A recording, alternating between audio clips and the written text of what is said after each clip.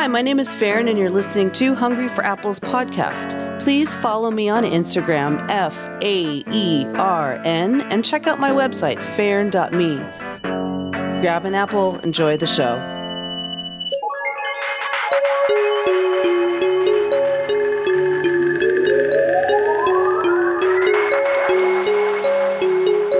Hey, what's up? How's it going? Welcome back to Hungry for Apples.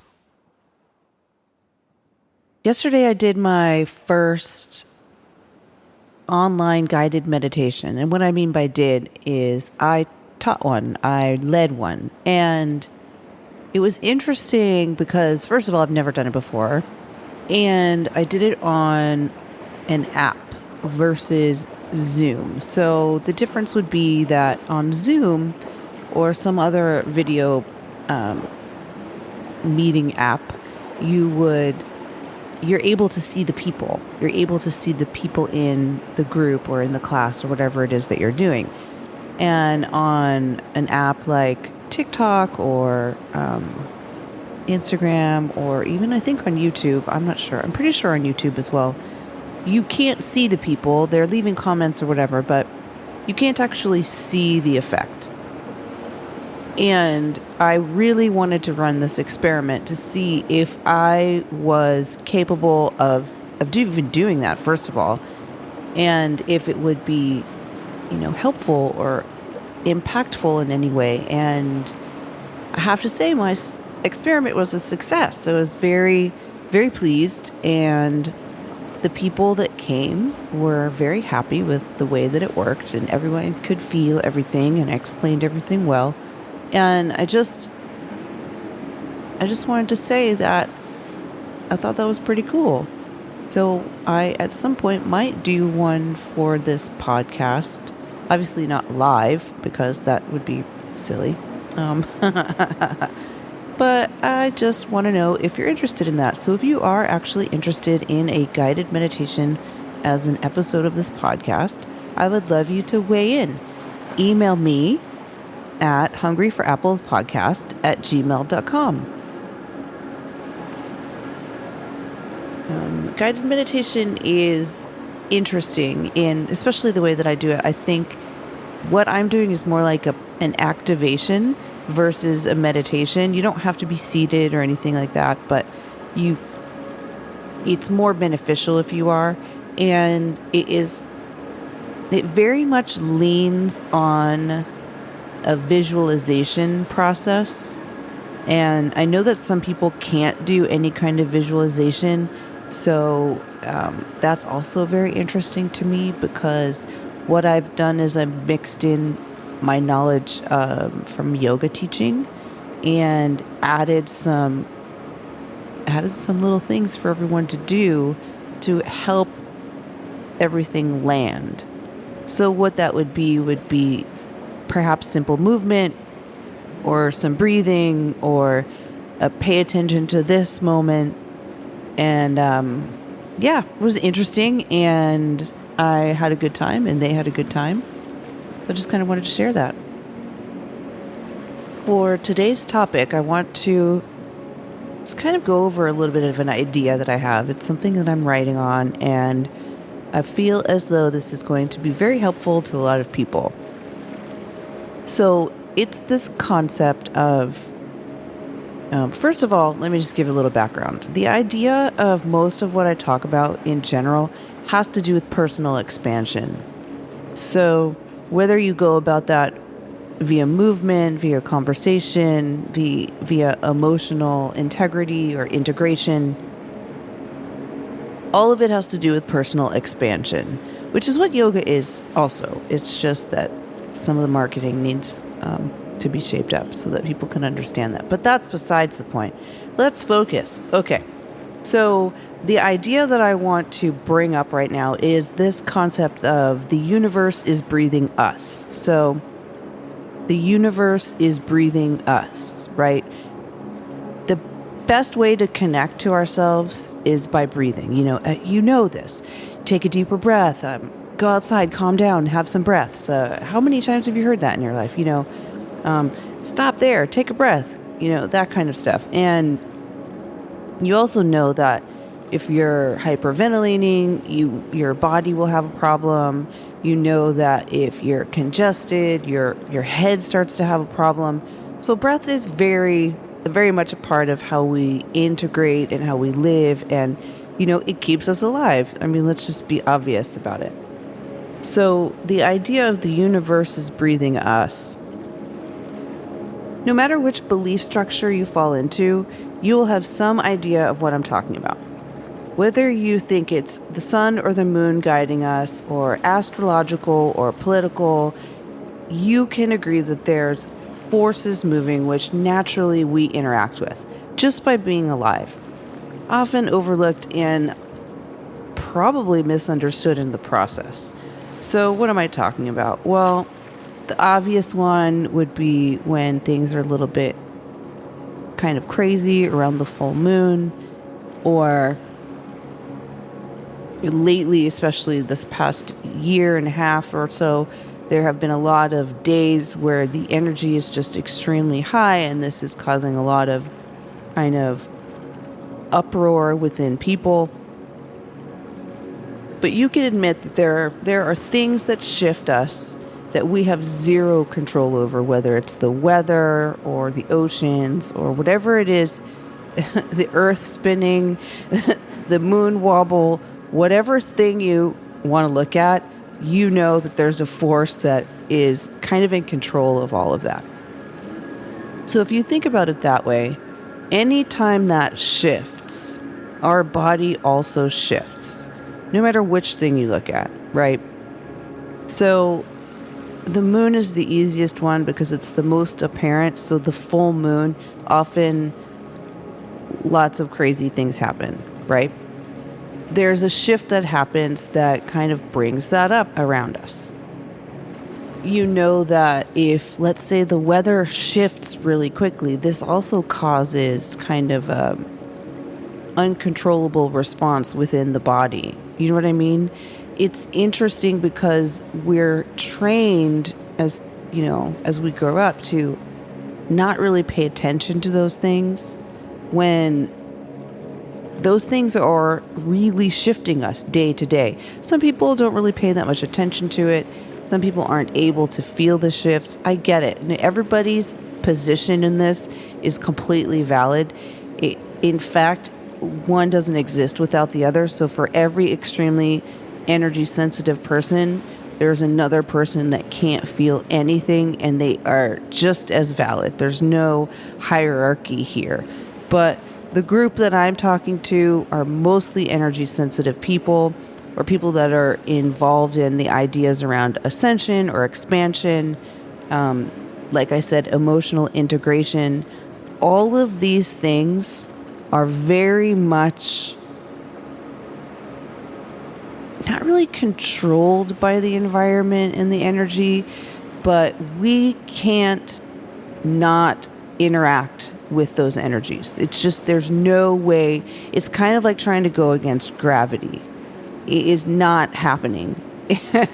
So the more we are aware of how those things shift us and what it is that they do for us, what opportunities they bring up, the easier it is to deal with when energies kind of go a little bit crazy, or they go a little sideways, or they're really low vibration and everyone's feeling really tired and cranky and they don't really understand what the heck's going on. Whatever it is, you have to understand that your body is interacting with something environmental that you may not be cognitively aware of. And the more we become aware to this other breath, the breath of the universe, the easier it is for us to have our own personal expansion. So personal expansion is anything that you want to happen, whether it's financial abundance, whether it's not being a jerk to the bus driver, whether it's, finding your special person, having children, whatever your thing is. The more you go through a personal expansion, the closer you are to whatever it is that you want in your life. That's what I'm talking about. So For example, when the energy is really high, people call it high vibe and all of that. You know, the way that people talk about it, it's as if they think everyone is just supposed to enjoy it right away. And it is very agitating. A high vibration is very agitating. If you think about a high-pitched sound, that can be how agitating it is to a person that doesn't understand why all of a sudden their system is being shook up. But what this action does is it provides us with an opportunity to integrate what a lot of people call suppressed emotional charges. So the big energetic shifts start to allow you to uncover these emotions, and often they're a lot, and it becomes a little bit too much for some people if it happens very quickly, which is why there's always kind of a release valve in a way. So let's say someone is for the first time dealing with an emotional upheaval from an extreme high vibrational experience. Instead of, jumping on the expansion train, they might actually go exactly to the opposite. In fact, this will happen, I think, a few times before it's understood by the system that it's actually safe to go the other way, because it depends on what it is that we're used to. Often people are looking for something kind of familiar to tap into, to understand, especially when it's an energy or an emotion that they've never dealt with. If it's something that's been kind of suppressed or pushed down or hidden, that's what it was for me. I had a lot of things hidden. I didn't realize they were back there. And these are really important things to uncover. In fact, for some of us, they shaped every single thing we were doing. And then you take away those things. When you take away this suppression, all of a sudden you can feel like a totally new person. And when you're going through an expansion or an expansion period, or some people like to call it an awakening period, it is something that you go over and over and over and over. This isn't something that happens one time. I mean, I guess for some people it does, but those are very unique beings that probably don't exist so often on the earth plane. Let's just put it that way. So what happens though with this high vibration is it can press on the emotional body, like I'm saying, right?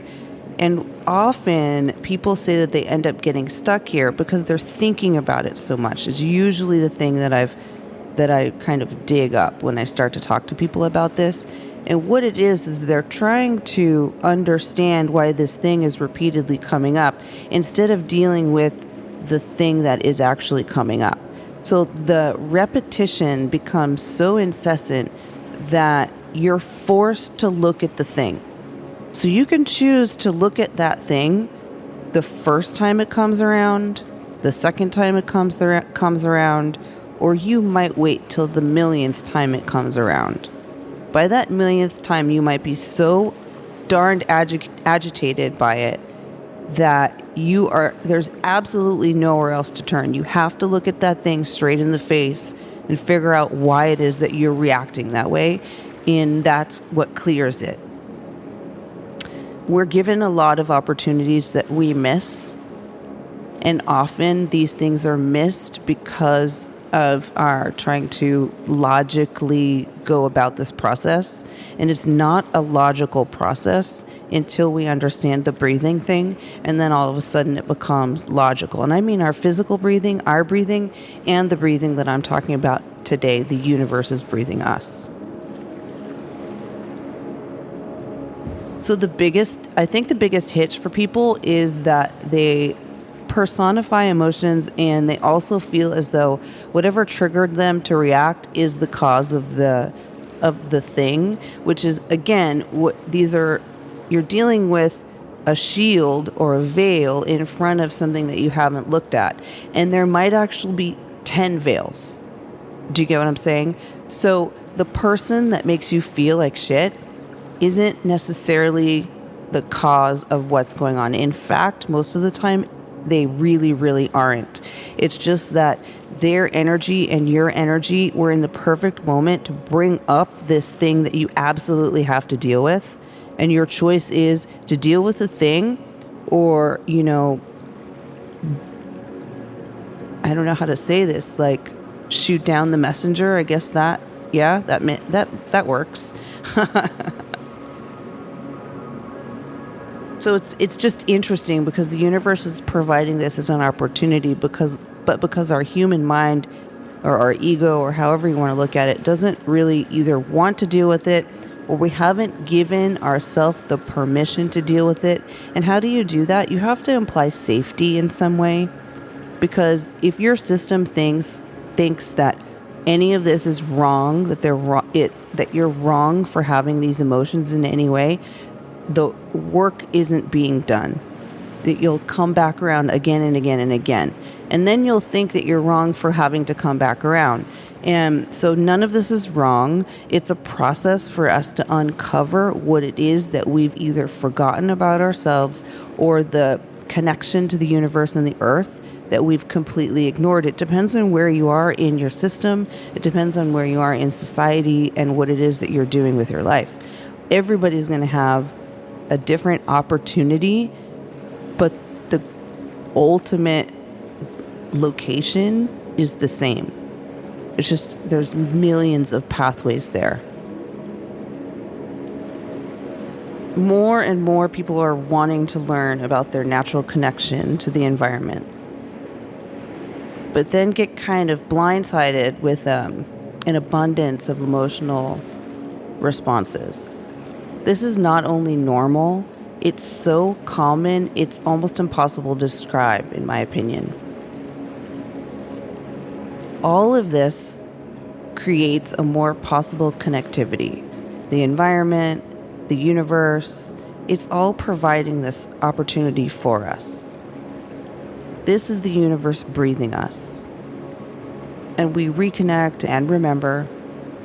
And then we have to continue to remind ourselves until it's just happening just normally. So basically what I'm saying here is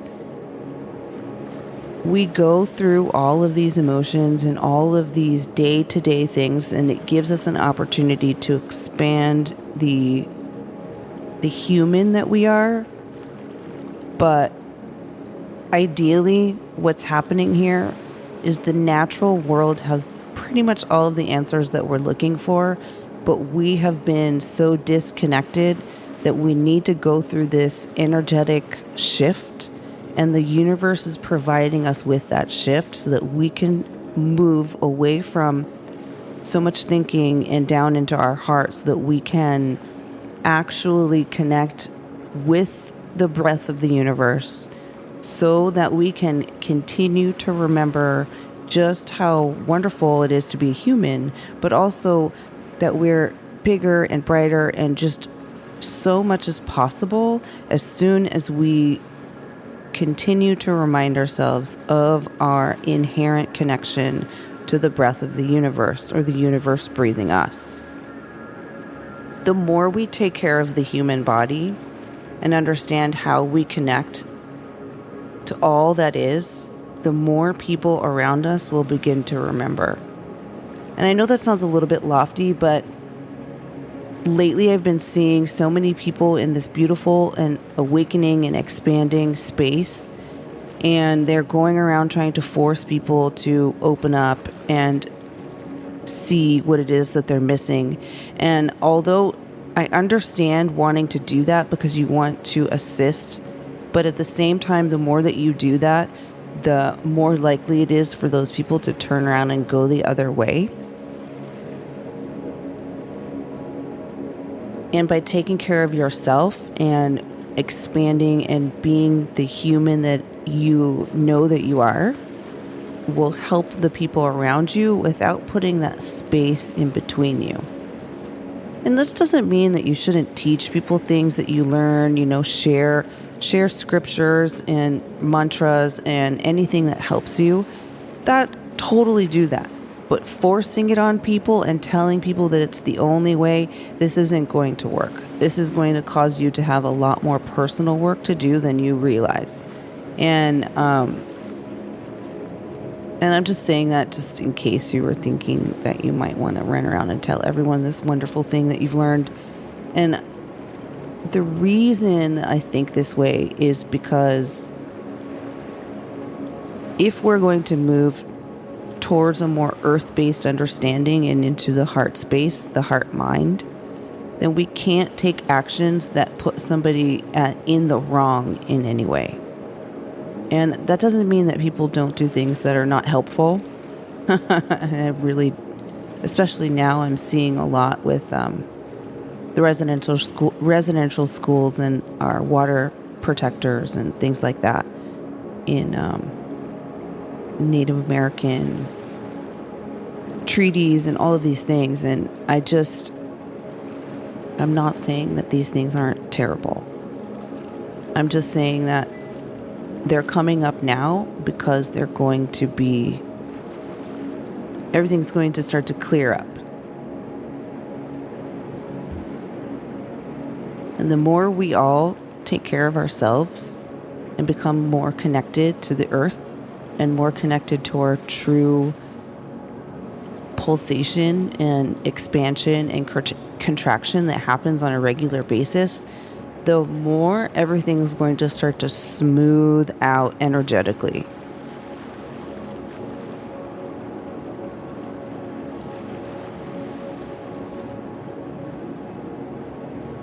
I think that the hardest part eventually is allowing this to be seen, because you have to be okay with kind of sharing a little bit about where you've been and what you've changed. And I don't mean publicly, I mean just with your family and friends. And being seen in that way is putting yourself in a vulnerable state. But again, the more that you allow them to see that, the more everyone begins to reconnect and remember. And also, to be clear with your boundaries, this is a very good example of where it gets a little bit sticky. But the thing that's important about boundaries is they're not just about you nourishing yourself, but also about nourishing the people around you. So sometimes you need space for you, but also sometimes they need space for them. And the more that we start to fall in line with understanding these interactions that we naturally take part in, the more we will understand how the universe is breathing us, and everyone benefits.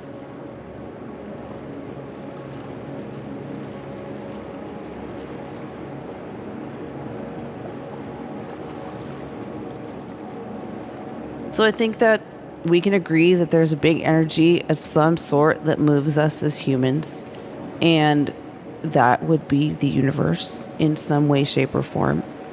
And every time the universe expands or contracts, it affects us as a human.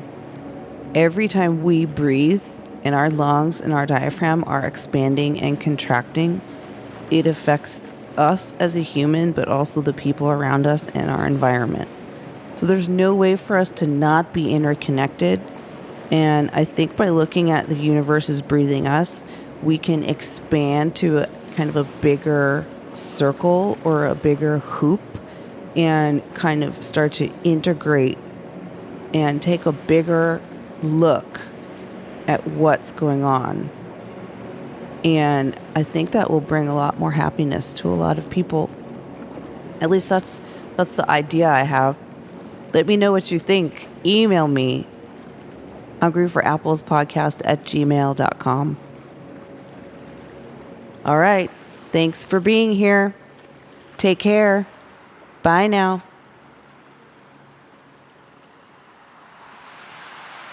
All right. That's our show for this week. Thanks for listening all the way through.